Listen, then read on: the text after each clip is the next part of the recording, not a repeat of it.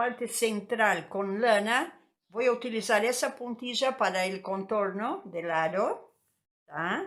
Tijera, aguja para lana fina para coser y aguja también para después tejer el centro de nuestro atrapasueños.